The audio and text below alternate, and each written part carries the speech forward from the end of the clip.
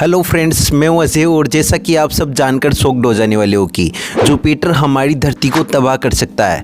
Even धरती के साथ साथ पूरे सोलर सिस्टम को इससे खतरा हो सकता है। कैसे, चलिए जानते हैं इस वीडियो में। देखिए, 21 सितंबर 2003 को नासा जानबूझकर गैलीलियो स्पेसक्राफ्ट को जुपिटर में क्रैश करवा देती है। ये वही स्पेसक्राफ्ट था जिसने जुपिटर के मून यूरोपा पर खारे पानी के समंदर और वाटर जेट्स को खोजा था। इस खोज के बाद वैज्ञानिक कयास लगाने लगे थे कि शायद यूरोपा पर कोई माइक्रो लाइफ मौजूद हो। गैलीलियो स्पेसक्राफ्ट के क्रैश को लेकर नासा की ओर से कहा जाता है कि अगर वे इस स्पेसक्राफ्ट को यूं ही छोड़ देते तो अर्थ के बैक्टीरिया से भरा ये स्पेसक्राफ्ट शायद यूरोपा पर क्रैश कर जाता और वहां पर मौजूद संभावित लाइफ के लिए खतरा पैदा कर सकता था। पर क्या इस स्पेसक्राफ्ट को जुपिटर में क्रैश करवाना एक सही डिसीजन था? क्योंकि जुपिटर लगभग 90% हाइड्रोजन गैस से बना हुआ है।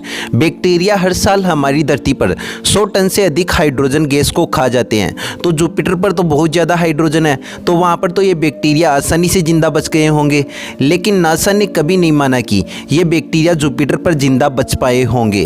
गैलीलियो स्पेसक्राफ्ट के क्रैश के 17 साल बाद एस्ट्रोफिजिस्ट सारा सीगर के नेतृत्व में मैसाचुसेट्स इंस्टीट्यूट ऑफ टेक्नोलॉजी के वैज्ञानिक एक एक्सपेरिमेंट करते हैं कि अगर कोई बैक्टीरिया किसी एक्सोप्लैनेट पर चला जाए तो वो कैसा व्यवहार करेगा। इसके लिए इन्होंने ई कोलाई को प्योर हाइड्रोजन एनवायरनमेंट में यीस्ट में रखा, जिसके रिजल्ट्स चौंकाने वाले थे, क्योंकि प्योर हाइड्रोजन एनवायरनमेंट में बैक्टीरिया जिंदा रहने के साथ साथ अपनी जनसंख्या को तेजी से बढ़ा रहे थे, जिसका सीधा सा मतलब है कि अगर ये बैक्टीरिया गैलीलियो स्पेसक्राफ्ट पर मौजूद थे तो आसानी से जिंदा बच गए होंगे। हाइड्रोजन को खाने वाले ये बैक्टीरिया अगर वास्तव में जुपिटर पर मौजूद है तो इनकी संख्या में तेजी से बढ़ोतरी होगी, क्योंकि जुपिटर पर इनके लिए खाने की भरमार है और ना ही इनका कोई प्राकृतिक दुश्मन मौजूद है। हाइड्रोजन को खाकर ये बैक्टीरिया मीथेन और हाइड्रोजन सल्फाइड गैस छोड़ेंगे। ये दोनों ही गैसें हाइड्रोजन से भारी होती है।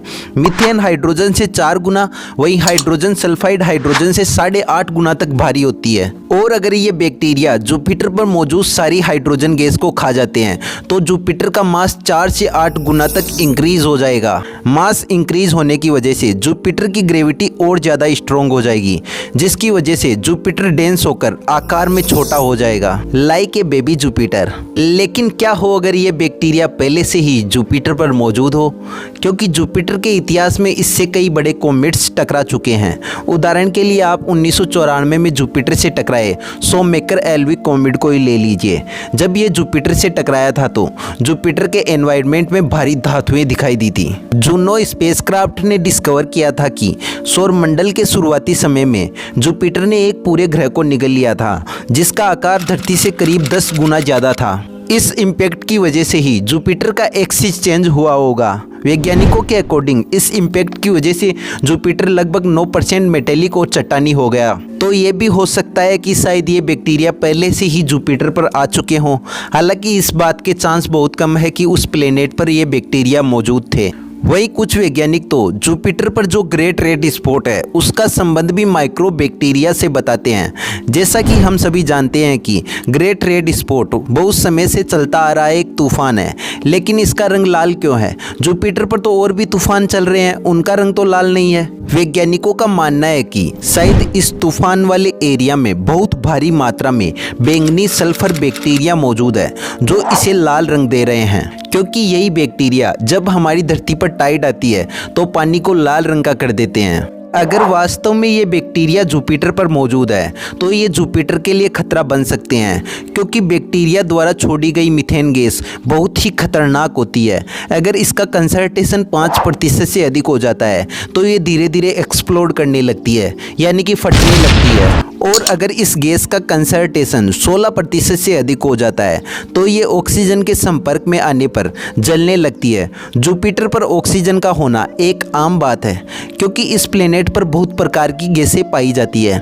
खुशी की बात यह है कि जुपिटर पर होने वाले ये एक्सप्लोजन जल्दी ही रुक जाएंगे, क्योंकि जुपिटर के बादलों में चमकने वाली बिजली मीथेन को कार्बन डाइऑक्साइड और हाइड्रोजन में कन्वर्ट कर देगी।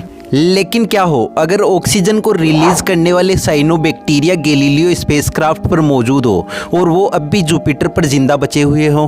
अगर ऐसा होता है तो हमारे पास जीने के लिए ज़्यादा समय नहीं होगा, क्योंकि इनके द्वारा छोड़ी गई ऑक्सीजन जब हाइड्रोजन से मिलेगी तो ऑक्सी हाइड्रोजन का निर्माण होगा, जो छोटे छोटे धमाके करने के बजाय एक बहुत बड़ा धमाका करेगी, जिसमें जुपिटर पूरी तरह से जलकर नष्ट हो जाएगा।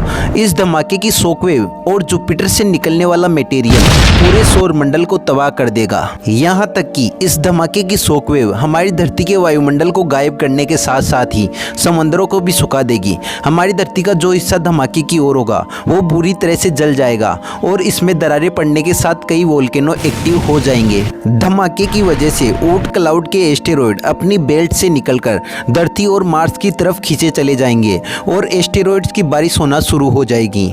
इसी के साथ गुरुत्वाकर्षण में हुए भारी बदलाव की वजह से ग्रहों की कक्षाएं सूरज की करीब शिफ्ट हो जाएगी। इस धमाके से बैक्टीरिया सैटर्न पर भी पहुंच जाएंगे और इस प्रोसेस को दोबारा से दोहराना शुरू कर देंगे। खैर ये वीडियो इमेजिनेशन पर आधारित है, तो ऐसे ही स्पेस वीडियोज़ के लिए इस चैनल को सब्सक्राइब कर लेना।